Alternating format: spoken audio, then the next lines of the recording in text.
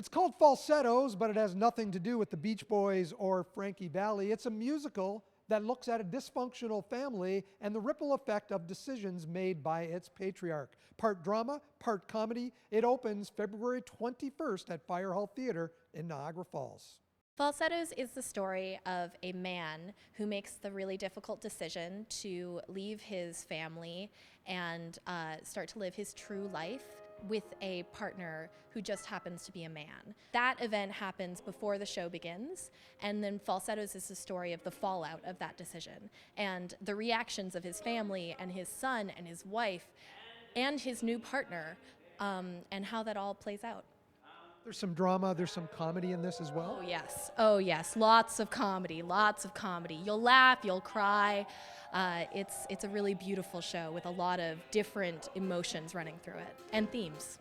Adrian Petry plays the devoted father and husband Marvin. He's returning to Firehall Theatre for the first time in 8 years. This is a particularly difficult character to play. He's dealing with a lot of trauma that he's created, trauma that he's experienced. He's left his wife, so there's that relationship. He's left his son, so that's another relationship that's very difficult.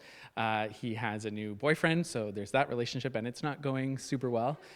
And then his psychiatrist falls in love with his ex-wife. So not to give everything away, but there's a lot of difficult relationships to deal with.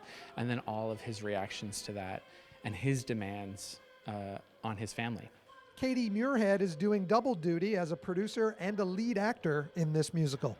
It's certainly challenging at times. Sometimes during rehearsals you have to sort of put on your producer hat and provide some instructions and get things going and make sure everybody has what they need.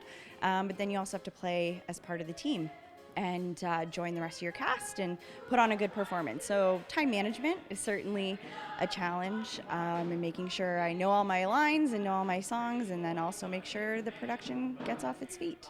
The 7 actors involved in Falsettos conveyed much of their emotion in song, which presents some special challenges. There's sometimes when I find that maybe I'm singing it flat, not musically, but emotionally.